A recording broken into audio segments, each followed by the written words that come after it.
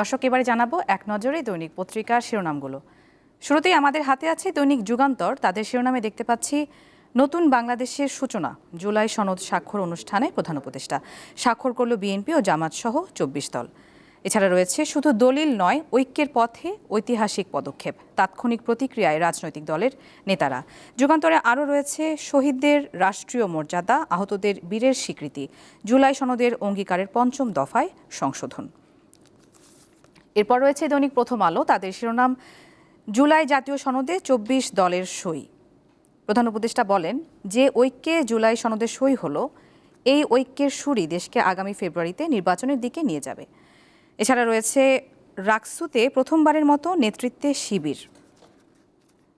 দর্শক, এরপরে আছে দৈনিক আমার দেশ। তাদের শিরোনামে দেখতে পাচ্ছি এনসিপি ছাড়াই জুলাই সনদে সই, বিএনপি জামাত সহ ২৪ রাজনৈতিক দলের স্বাক্ষর, দাবির মুখে শেষ মুহূর্তে একটি ধারা সংশোধন, নতুন বাংলাদেশের নবযাত্রা শুরু, এমনটি বলেছেন প্রধান উপদেষ্টা। আরেকটি শিরোনাম, স্বাক্ষর অনুষ্ঠান ভণ্ডুলের চেষ্টা, জুলাই যোদ্ধাদের সংঘর্ষ, পুলিশের ৫ গাড়ি ভাঙচুর, আহত ২০, দর্শনার্থীদের প্যান্ডেলে অগ্নিসংযোগ।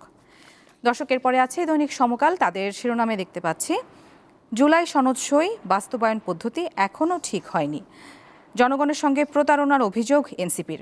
সমকালের আরেকটি শিরোনাম, নানা প্রেক্ষাপটে আগেও ৯ বার স্থাপিত হয় সাবজেল। দর্শক, দেখে নিলাম আজকের দৈনিক পত্রিকার শিরোনামগুলো।